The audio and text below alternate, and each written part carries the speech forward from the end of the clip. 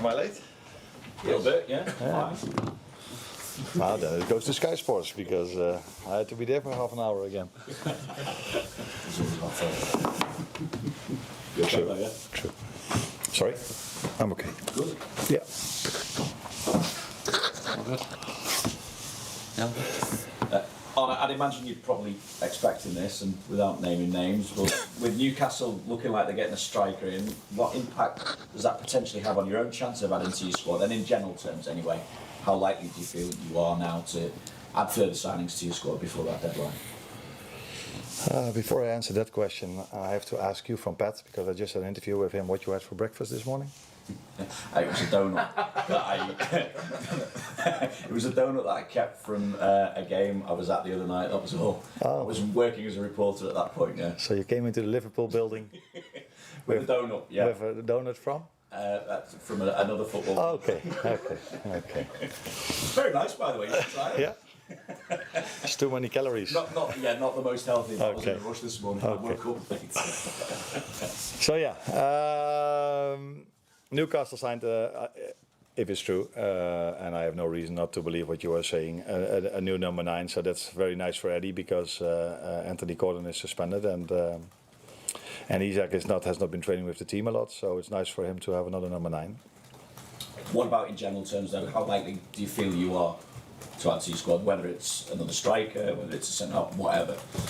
No, I think I've said after Monday evening that again I could make a substitution that impacted the game. That's what Federico did against Bournemouth. That's what Rio did now against Newcastle. So as always, we tried to sign players that can help us. But there's no reason after the first 2 games to complain or to think we need more. But if we can strengthen the squad, then we will always try to do that if it's for the right money and it's the right player. And there are only 3-4 days to go now. So yeah, let's see if we do something, and if we do something, what we can do. From the players that you're working with this weekend, and obviously it is a big game, what improvement do you feel you need to see that will give you the best chance of maintaining your own 100% record and ending Arsenal's? No, the most simple answer to that is a lot, because we face a very strong team, and that was already really good last season, and I think I've improved their squad a lot during the summer. So yeah, and if you then look at all the quality they have, but especially one thing that stands out in the season till now, and what stands out in a negative way for us, is that we've conceded, if I include the Bilbao game, 4 set pieces. And of course, as we all know, that's one of their strengths, not the strength, but one of their strengths, because they can play in multiple ways. You can see how well they are managed by Miguel, and they're working for 5 years together because they can play almost every style there is in football, and that tells you how well managed they are. But one of their strengths is also set pieces, and that is an area where we, if you look at Monday, when we faced Newcastle, we conceded 2, and against Bilbao we conceded 2. It's a part we need to improve. Where we, by the way, were really good at last season, so no panicking at all. We also had to defend at Newcastle 350 set pieces, so then only conceding 2 is not even so bad. Obviously both games against Arsenal finished in 2-2 draws, and I think against top 4 opposition, or the teams that finished in the top 4 last season, you took 11 points from a possible 18. I just wonder, even though it's such an early stage in the season, how important do you feel it is not to lose ground on a potential title rival? Nah, not so much to do with losing ground, but yeah, it has to do with losing ground, but not that we play Arsenal. So it's more in the beginning of the season you wanna. Normally teams don't play their best game unless you keep the same squad completely and you add 3, 4, 5, 6, 7 players. Then you can maybe expect that the team is growing even further. If you look at our situation, we've lost a few, we've added a few, so then it's not starting all the way new again, but I think it's normal that we play even better, not better, but even better in a few months than we do, or in a few weeks than we do now.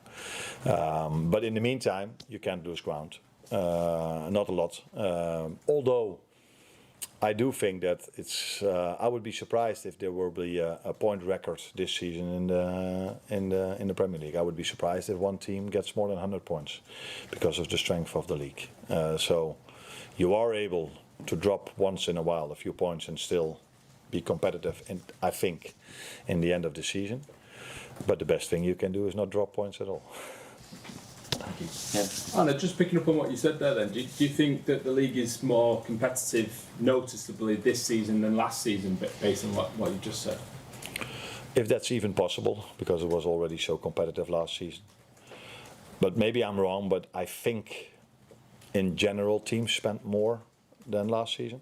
I'm not 100% sure, and I'm talking about net spend, not talking about what teams spent and forget then what they've sold, but in terms of net spend. But maybe I'm wrong. But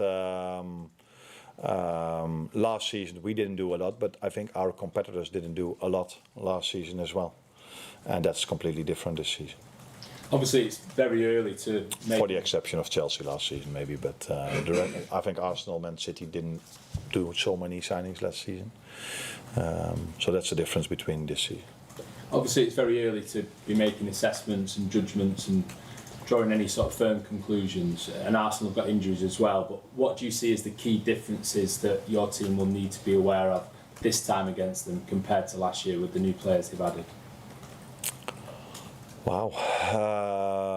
I think there are a lot of similarities with both teams, so I don't think the playing style of Arsenal changed a lot with the new signings coming in. Maybe they have a different number 9 than they had last season, although Jesus was also a real number 9 but didn't play that much. But I think the one they have now is different to Havertz, for example, or Trossard that played last season in our home game over there. So that is more a false 9, you could say, where I think Gyökeres is more a target man. So that's maybe a small difference where we have to know, and he makes maybe even more runs in behind than the other number 9s did. But in general, I see a lot of similarities between last season and this season with the style of play they have. And I think it's the same with us. Thank you. Arne, it's hard to imagine a more sparkling start to his Liverpool career for a striker than Hugo Ekitike. Goals in his first 3 important games. As a finisher, that's fantastic, but at least 2 of the goals, he's been the starting point with the goal against Bournemouth and also against Newcastle. How impressed have you been with him so far? And what are the facets that he has in his game that can see him make even a lot more improvement and add, greater attacking elements to your game? I think you've already made a big impact, as you said, in our attacking part of our game. So not only scoring goals, but also be part of build-up situations where he was someone that started the attack or was part of us starting attack. I think that is not talking about a difference a bit more than last season, where although when Lucio played there, he was also a lot of times part of our build-up. The most simple answer to what he can improve is his match fitness. So I expect him to do even a lot more without the ball than he already does, because he's already working hard. But there we can improve, which is completely normal because he has to adjust from a different league, from a different playing style. Frankfurt wasn't as pressing as much as they pressed, but not as much as we tried to do. And then coming to a different country, coming to a different league, there's a lot for him to handle. And then if we come back after the international break, it's Champions League games added to that, where he was used to playing, I think, Europa League, which is also a good level, but not as high as Champions League. So there is the main point of improvement, I think. Which is completely normal because he came a bit later in pre-season.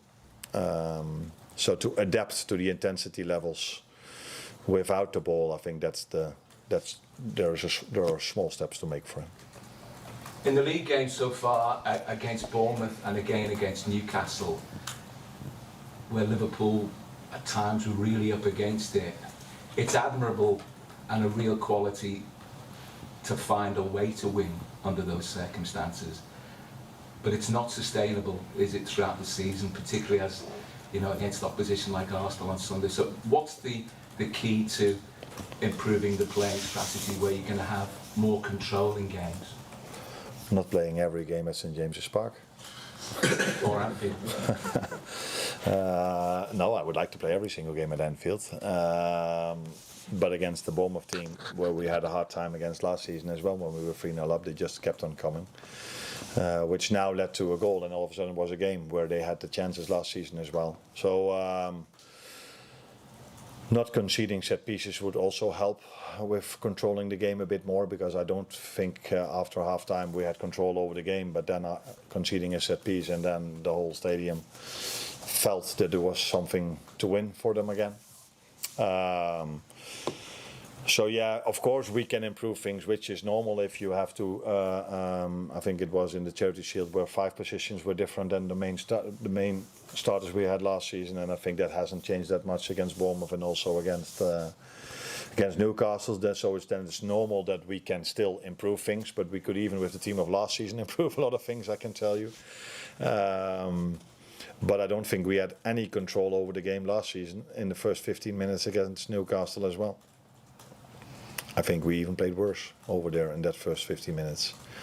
So you need to compare the right things with each other. You cannot compare the start of last season with the opposition we faced then to the start of this season. That is, although all the teams are very strong, but Newcastle away is, I think everybody agrees on that, one of the most difficult fixtures you can have. And Arsenal at home is not any different to that. Thank you. Hi Arne, I wanted to ask you about Florian Wirtz. I felt like Newcastle did a really good job of denying him the ball with their bank of 5 across the midfield. I think he only received 19 passes compared to 34 against Bournemouth. If that situation is repeated perhaps against Arsenal, would you like him to maybe work harder to maybe come deeper to search for the ball, or is the onus more on his teammates to maybe be a bit braver in trying to pass through the lines? No. This is all nothing to do with it. The only answer I can give is what you probably know, because you're quite good in data. Normally you started with data this question, so you should add in this question that there was only 40% ball in play in Newcastle. So then to have a lot of touches is quite difficult. And when the ball was in play, the ball was in the air. So they didn't block anything. The ball was just in the air, and it was duel after duel after duel after duel. Set pieces to defend, set pieces to attack. So there was not much football over the ground. So you were talking about Florian, but I also know that Mo would have loved to touch the ball a little bit more than he did in Newcastle. But he didn't touch the ball. He touched the ball more this time in Newcastle than he did last season. And he did touch the ball more this season against Newcastle. I'm talking about Mo, than he did again in the League Cup. So it's also the opposition you face, the playing style of the other team you face. And I've said last season after Plymouth that if we would have been there with the starters, we probably also wouldn't have played a good game, and everybody was looking at me, what are you saying? No, that playing style of every ball long, every set piece thrown into your box is a playing style where it's not so easy to play your best game. And for Florian or for Mo or for Hugo, I don't think Hugo touched the ball a lot. And Cody didn't touch it probably a lot as well. So 40% playing time, the last time that happened was 2010. When Stoke City faced Sam Allardyce team. So obviously those are rare. Which was that? Was that Bolton? Blackburn. Blackburn. Okay. Obviously those are rare statistics, but are you concerned that maybe some other teams might try to use that as a way of trying to keep some of your attacking players away from the ball, being more direct? Yeah, but that is also not the first time that we faced this playing style. This happened last season as well. The difficult thing for us was that although the Newcastle players can play in a completely different style, really, really, really good as well, but this style suits them also really well if you look at how tall most of their players are. And the deliveries, the set pieces from Trippier are also high quality. So yeah, that makes it even more difficult. So I'm not sitting here saying that with the starters we would have had it as difficult against Plymouth as we had against Newcastle. But in general, it's a playing style where you constantly have to be ready for every single ball. And but we can do better. It's not only the playing style. We can do better than we did at Newcastle or at Plymouth. But it's not the first time we faced this playing style. Many teams did this playing style last season as well. Last one then. Please. Just on team music, Arne, obviously a very physical game against Newcastle. I just wanted to check how the players have been in the intervening days and whether there are any doubts heading into the Arsenal game fitness-wise that you didn't have before. No, I don't think so. I think the positive is that Conor Bradley only had 1 or 2 training sessions before the Newcastle game. He has trained this week, the whole week, still 2 days to go. But and Allister started training again, so I don't think we had any injury coming out of that game. No. And Virgil is also okay. I think that's the main thing you would maybe question, but he's okay. Yeah. And one more if I can on Rio and Gamoa. I mean, obviously there's been a lot of talk about him this week after his goal. And what role do you see him playing for you this season? What do you see as the best way to manage him? And longer term, how far can he go? Left winger. That's the role I see for him, or is that not what you mean? No. On a serious note, we I think this whole how do you say this? This whole press conference started with also with spending of us, all other clubs in the Premier League, and the nice part of it all is that then in the end, the 16-year-old coming from the academy, partly Chelsea, partly ours, scores the winning goal. So that's also the beauty of football, that although we've spent a lot, sold a lot as well, there's still room. That's also the reason if we only spent and not sold, then there was probably not room for him. But now there is room for him. Is that a good way to say it? Yeah. And he can show his qualities. And as things stand now, there's still room for him to show that in the upcoming game as well, because we haven't made any signing. So I think he will be on the bench again, and has a fair chance of coming in if it's needed in the game. Thank you. Thanks, Arne. You're welcome.